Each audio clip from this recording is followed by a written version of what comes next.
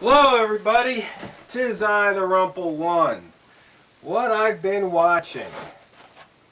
Okay, Lost City.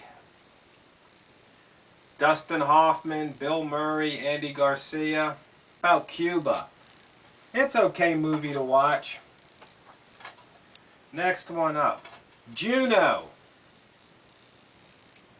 Has Jennifer Gardner, Jason Bateman.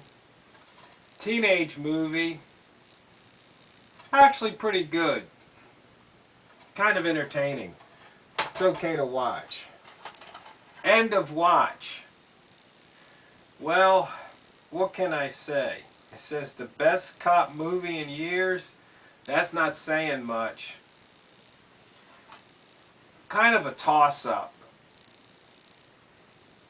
I wouldn't watch it a second time, but if there's nothing better to watch, I guess it's okay.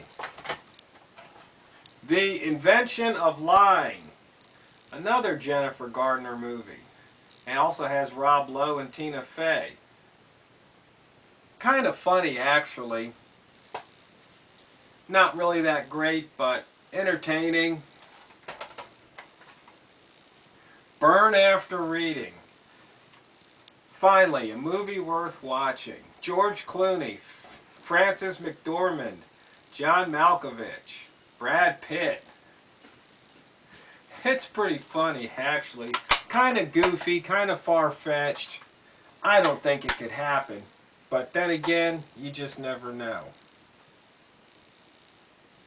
What Just Happened? Robert De Niro. It's okay. I guess they're trying to tell you what it's like in Hollywood, but you can't really believe it. Shut Up and Sing, about the Dixie Chicks.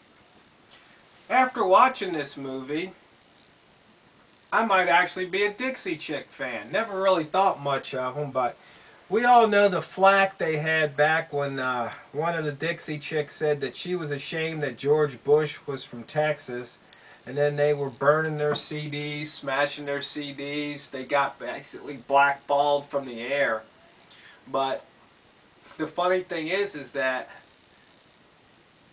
they turned out to be right. Because we all know that George Bush lied about the weapons of mass destruction. And that was just all phony setup. But what's really interesting here, and maybe I should put this on a separate video, but you just have to ask yourself,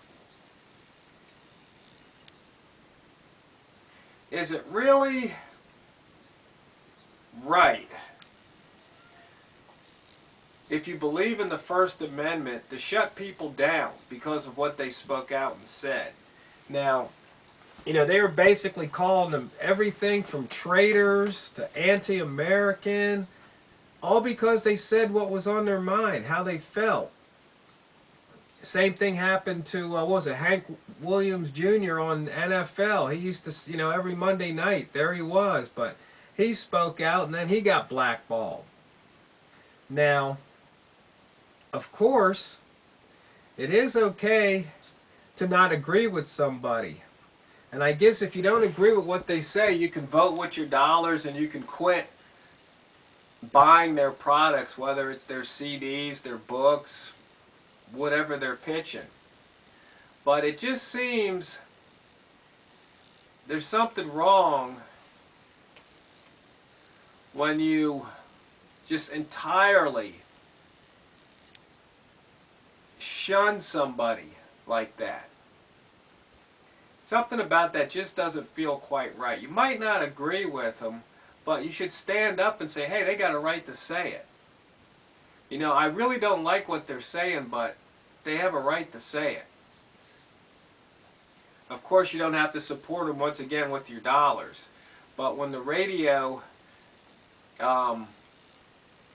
just blackballed them because I guess they said that, you know, most of the listeners didn't like it, I don't know if I can quite agree with that. But then again, they don't have to play them, so it's one of those things that it's just kind of hard to figure out. You just have to do what you think's right.